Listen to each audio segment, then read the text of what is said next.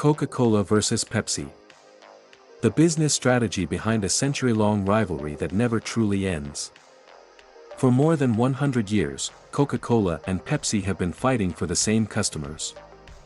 Billions of dollars have been spent on advertising, celebrity deals, distribution, product launches, and marketing campaigns. But here's the surprising part. The cola wars were never really about which soda tastes better. The real battle was about something far more valuable. Your attention, your habits, and your loyalty. Because when you walk into a store, see Coke and Pepsi sitting next to each other, and instantly reach for one without thinking. That's not an accident. That's the result of more than a century of business strategy. And understanding that strategy reveals why these two companies have remained powerful for generations. How the rivalry started. Coca-Cola was created in Atlanta in 1886 by pharmacist John Pemberton. Pepsi followed about 12 years later, created by pharmacist Caleb Bradham. At first, they were simply competing beverages. But Coca-Cola quickly understood something extremely important. A great product isn't enough. You need a great brand. Coca-Cola built its identity around familiarity, happiness, tradition, and consistency. Its logo became recognizable. Its bottle became iconic. Its advertising connected the drink with family, celebrations, holidays, and American culture. Over time, Coca-Cola stopped being just a beverage. It became a memory. And that's incredibly valuable. Because when consumers trust a brand, they don't need to think very much before buying it. They already know what they're getting. That became Coca-Cola's first major competitive advantage. Pepsi's strategy challenged the leader. But Pepsi faced a difficult problem. How do you compete against the world's most recognizable cola brand?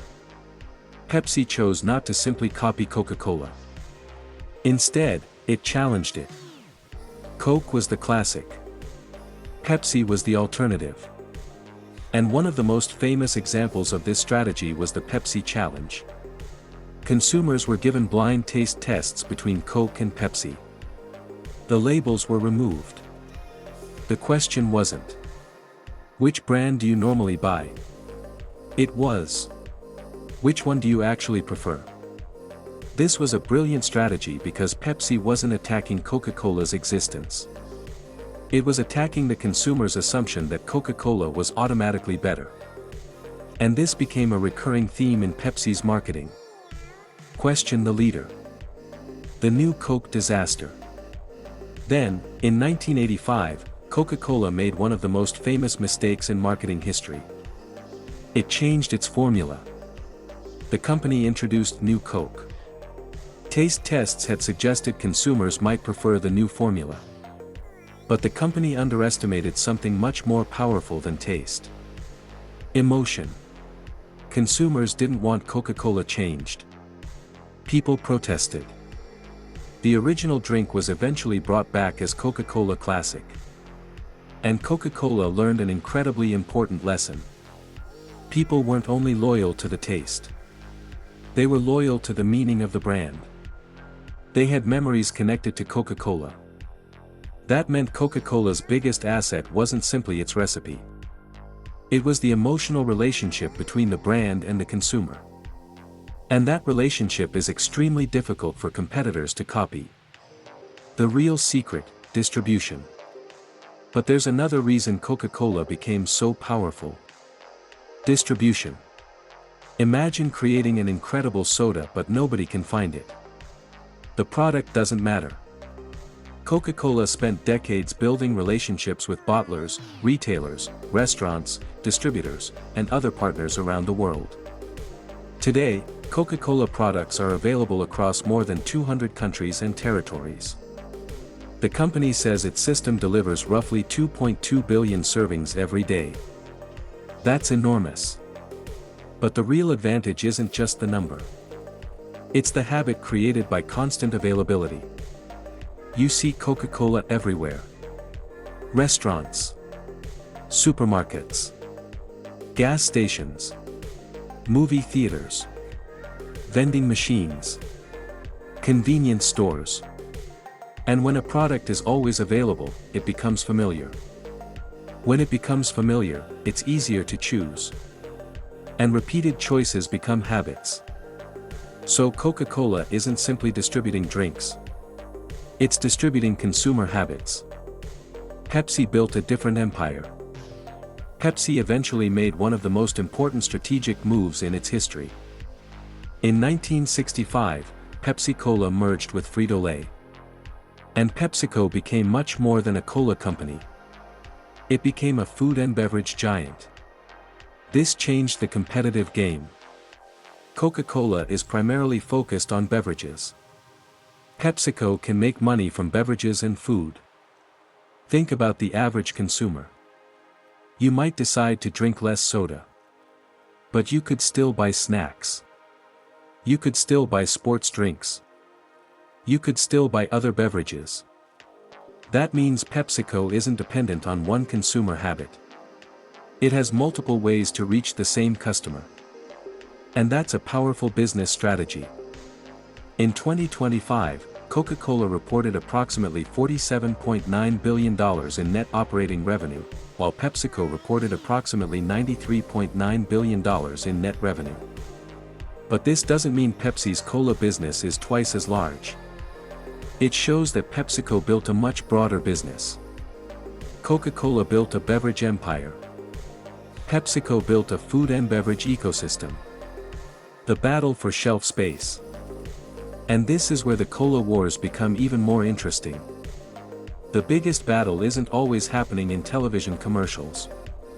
It's happening in supermarkets, restaurants, convenience stores, and refrigerators.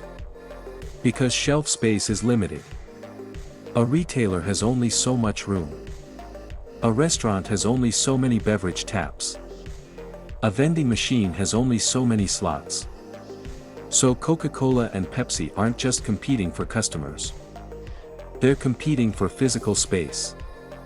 And that creates a powerful cycle. More visibility can create more sales.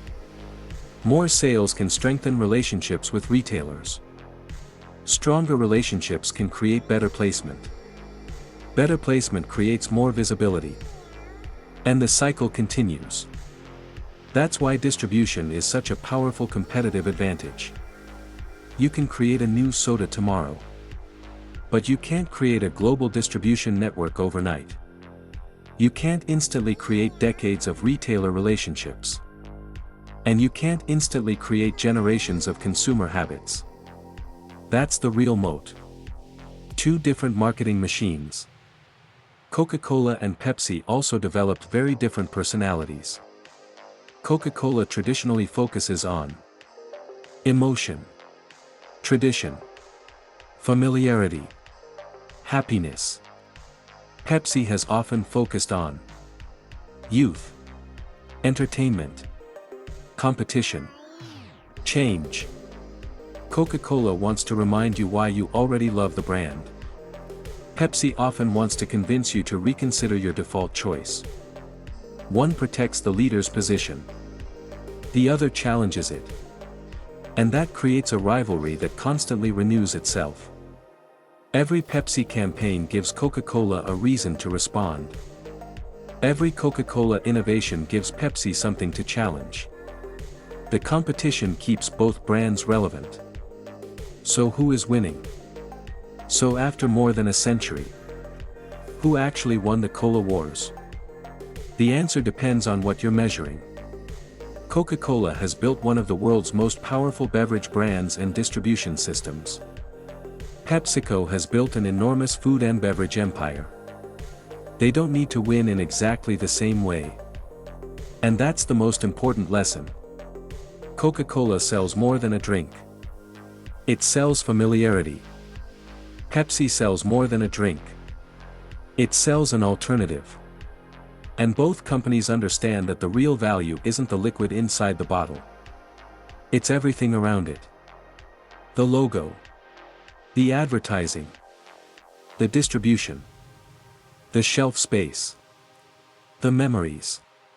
The habits. And the emotional connection. The real business lesson.